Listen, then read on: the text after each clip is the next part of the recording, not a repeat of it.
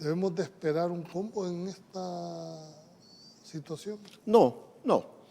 Lo dije hace 15 días, Julio, y lo repito con mucho respeto a los amigos televidentes, es más de lo mismo, o igual o peor de lo mismo. Es decir, si algo me disgustó el haber pasado por esa casa que era la casa del pueblo, donde entrabas libremente, ¿verdad?, con todo el derecho, porque los que están allá adentro son empleados del ciudadano, para comenzar. Es el ciudadano el que les paga sus gustos, sus lujos, sus viajes y todas esas cosas en monumentos que ya sabemos.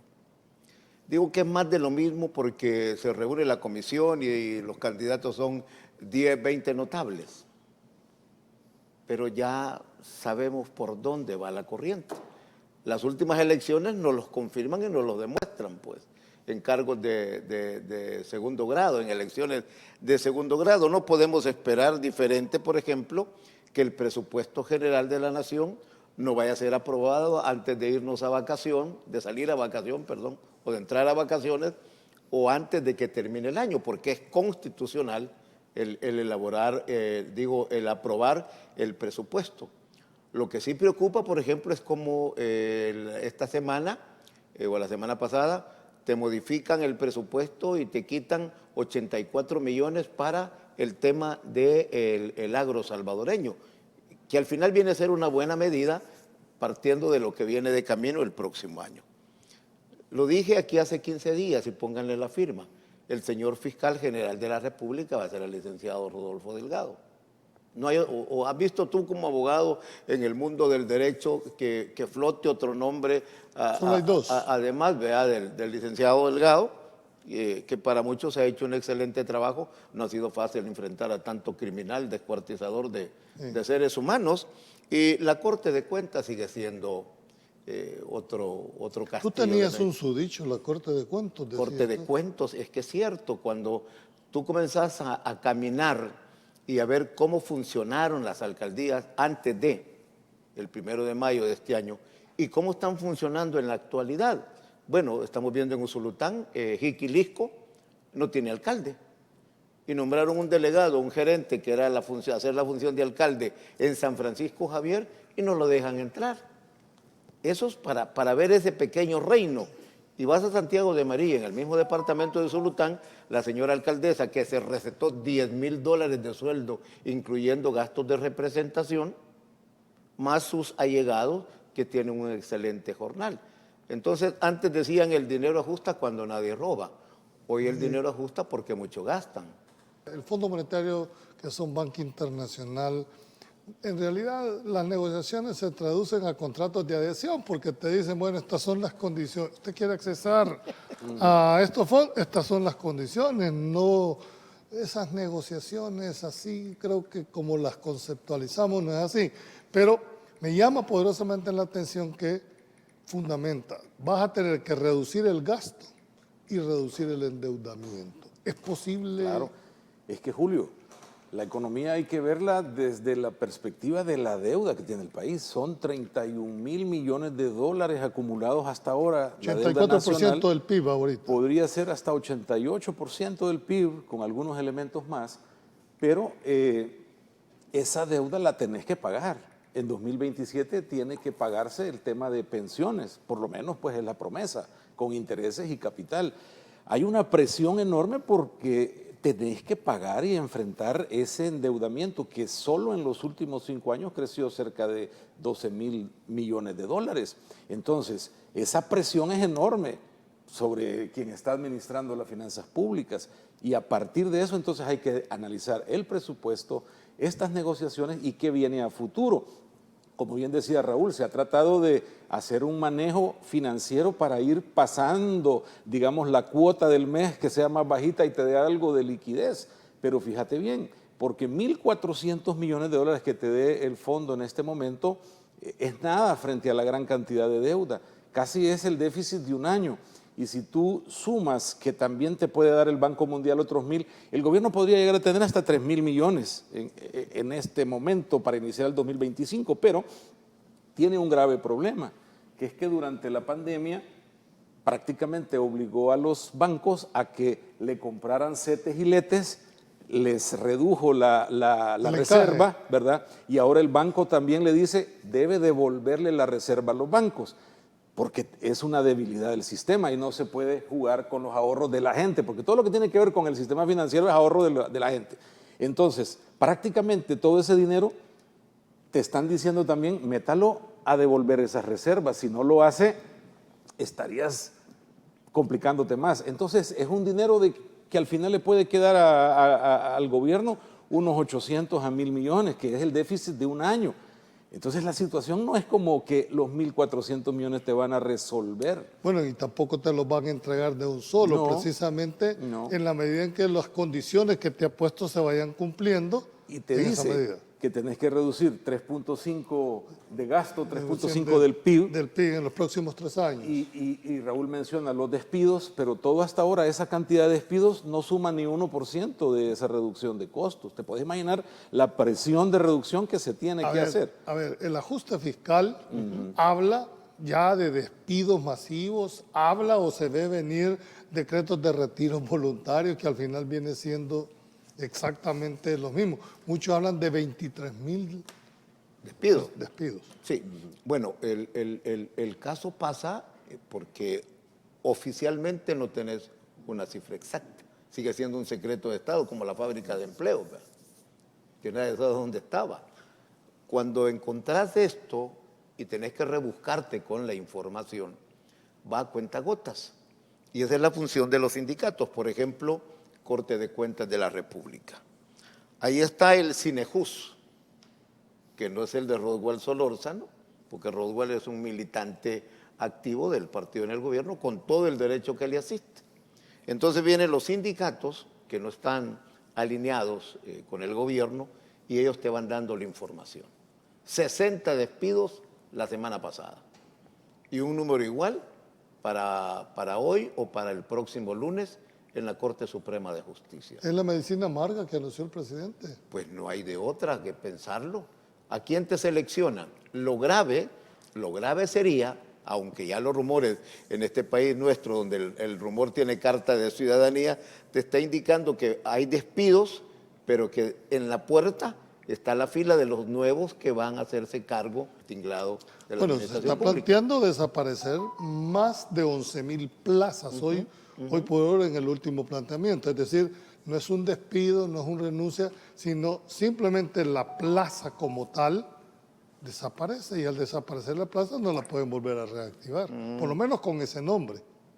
Es que, Julio, es inevitable, no alcanza la cobija y si es corta, o te tapas los pies o te tapas la cabeza, decía mi papá, ¿verdad? Entonces, esa colcha con la que nos queremos tapar para todo ya no ajusta y es necesaria verla en la realidad hasta dónde podés, pero que efectivamente sin ese ajuste va a ser más que imposible. Y otra cosa, tú has hecho un juego financiero, pero cada vez las tasas de interés son más altas. En el plazo hacia futuro estás pagando muchísimo más por el dinero, es decir, cada vez se te hace más grande la deuda. Tenés que saldarla. El asunto es cómo. Y toda la planta productiva no se ha reactivado como se pensaba, ¿verdad? Y eso le pone todavía más anclas al crecimiento. Yo siempre he creído que las economías no se reactivan por decreto. No. O sea, hay que crear condiciones como la que tú estás planteando, es decir, un acuerdo político entre todos los actores para decir qué queremos, cómo podemos meternos todos en un mismo huacal. Es decir, ¿cuáles serían esas condiciones para que en realidad el país pudiera despegar? Es que, en primer lugar, dejamos de invertir en la gente, dejamos de educar a la gente, dejamos de hacer que la gente tenga capacidades de innovación, de creación. Para mí, más que el oro, es la gente, es tu oro. Si yo invierto en una persona, es ilimitada la capacidad de riqueza que puede generar si la educo, si le enseño, si hago. Entonces, eso lo dejamos de hacer y es necesario volver a encaminarnos. Revisar con qué somos competitivos en el país frente a la competitividad de los demás pueblos alrededor de nosotros. ¿Tenés esa obligación de revelar tu fuente en un momento determinado? Las reformas a la ley me dicen que no me pueden exigir que yo revele mi fuente. Estos aquí, entiendo que hay una ley de hace unos 20 años, a nivel internacional es uno de los privilegios que el periodista tiene en su misión, en su función. Lo que le ha pasado a Mónica, lo vengo diciendo desde hace un par de años. Miren, ahí están los avisos. Sobre aviso no hay engaño. En guerra anunciada no hay soldado muerto. Es decir, para ella se va. Para mí es condenable, así, de cabo a rabo, lo que a esta periodista le han hecho. ¿Cómo es posible que le decomisen su teléfono, le decomisen su computadora? ¿Había una orden judicial para el allanamiento o estaba actuando el cuerpo de seguridad en flagrancia que le dé el derecho de meterse hasta la embajada y a una iglesia? Es decir, estaba eso, calificaba Mónica Rodríguez en esos estamentos legales del país en materia de información, porque también es cierto, si ella ha cometido un delito por el cual hacen esa operación, hombre, mire, captúrenla, espósensela y llévenla pues ante el tribunal para que el tribunal lo juzgue. A cuenta de que en mi ropaje de periodista, que gozo de inmunidad en eso, voy a andar ebrio, voy manejando mi carro, choco, boto un poste o agarro una pistola y comienzo a disparar al aire, a cuenta de que no me van a llevar a Bartola. Vamos a ver. Todo eso uno lo sabe. Mide las reglas, mide los pasos, mide la conducta, como diga Rafa, uno sabe para dónde va en esa materia. Y también, bueno, nos mandan carnadas, te mandan un cebo, es decir, todas esas cosas ocurren en esta sociedad nuestra. Pero que esto sea tolerable las respuestas, ¿no? No quiero cerrar porque hoy, este día, tuvimos, y aquí cierro, dijéramos, el enfoque de esta noche, hay dos bandos ahorita, o mejor dicho, dos posiciones. Uno que están a favor de la minería y otros que están en contra de la minería. Pero este día la Iglesia Católica se pronuncia, es decir, la Conferencia Episcopal, no sé si tiene producción por ahí el comunicado. El comunicado dice de manera contundente estamos en contra. ¿Cuál es la valoración política y si esto podrá hacer que haga alguna especie de reflexión en los tomadores de decisión?